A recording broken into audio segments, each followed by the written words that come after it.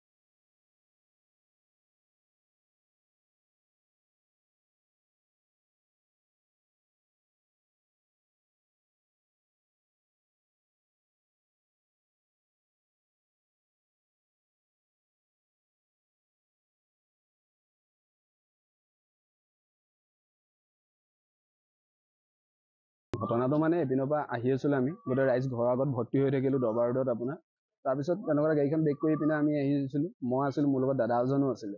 তাৰপৰা ওচৰতে ঘৰৰ ফ্ৰণ্টৰ মানুহকেইজনে কৈছে যে এইফালে তাৰপিছত আৰু মোৰ গুদামতো কাম কৰি আছিলে ল'ৰা এটা চাটাৰিঙৰ গুদামত তাৰপিছত সি ক'লে দাদা বোলে আমাৰ এইফালে এই বোকা চোকা লুটুৰি পুটি ল'ৰা এটা সোমাই গৈছে দৌৰি সোমাই গৈছে সি ভয় খালে তাৰপিছত মই গ'লোঁ গৈ পেলাই চালোগৈ তাৰপিছত ল'ৰাটো আমাৰ ঘৰ হেৰি কিনাৰ মানুহ ঘৰৰ আমাৰ ঘৰৰ মাজত চেপটোৰ পৰা এনেকৈ ওলাই আহিছে আহি পেলাই ওলাই আহোঁতে মই বোলো ভাইটি তুমি ক'ত ঘৰ বোলে তোমাকতো মই চিনি পোৱা নাই কাক বিচাৰি আহিছে ল'ৰাটো ভৰি আঙুলি এটা অকণ তেজ ওলাই আছিলে আৰু আপোনাৰ ভৰি পেণ্টে চেণ্টে বোকা লাগি আছে আৰু ল'ৰাটো তাৰপিছত বোলে মই এইপিনৰ পৰা আহিছোঁ যামগৈ মই বোলো চিনি পোৱা নাই তোমাক তাৰপিছত তেনেকুৱাতে মই সুধিলোঁ তেন্তে তোমাৰ এই ছোৱালীজনীৰ পৰা পইচাটো তুমিয়ে লৈছিলা হপায় ঠিক আছে দাদা মই দি দিম মই গম পালোঁ সিয়ে চোৰ আনি পেলাই ৰাইজৰ আগত গোটাই দিলোঁ ছোৱালীজনীয়ে চিনাক্ত কৰিলে যে এইটোৱে ল'ৰা হয় প্ৰশাসন আহিলে প্ৰশাসন কাৰেক্ট কৰি লৈ গুচি গ'ল সেইখিনি নাজানো বাকী ছোৱালীগৰাকী আছিলে আৰু তেখেতে মানে ল'ৰাটো পকেটৰ পৰা আপোনাৰ কিবা ৰঙা